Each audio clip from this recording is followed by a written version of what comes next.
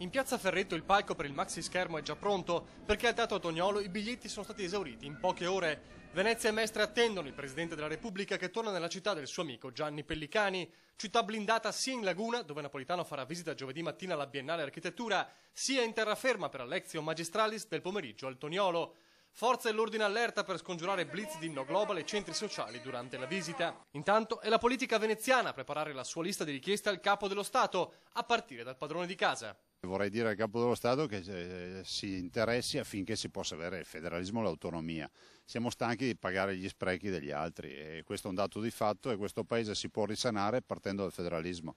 Ma la Lega Nord Lagunare va oltre con l'appello a Napolitano. Che il Veneto prima o dopo possa diventare una regione a statuto speciale, così come meritiamo per la fatica che facciamo ogni giorno.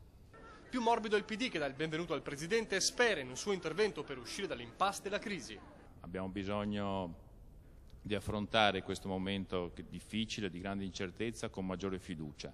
Dobbiamo pensare a fare tutto quello che è possibile per non lasciare indietro nessuno, per esempio sui temi del lavoro. Sulla stessa linea il PDL che chiede attenzione su due elementi chiave. Che sprona il Parlamento per far leggi sull'occupazione, che è uno dei temi fondamentali, e sulla riforma elettorale. Credo questo ci permetta di andare al confronto elettorale nel 2013 con una legge che sia più vicina ai cittadini. La legge elettorale è anche uno degli argomenti spinosi per l'Italia dei Valori.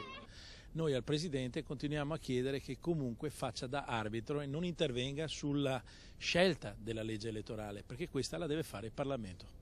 Ma l'IDV è caustica sulle possibilità di Napolitano per Venezia e il Veneto. Meglio rivolgersi ironicamente a un altro interlocutore. Non possiamo chiedergli niente, dobbiamo chiedere alla Regione Veneto e pretendere dalla Regione Veneto una serie di servizi che sicuramente il Presidente non potrà darci.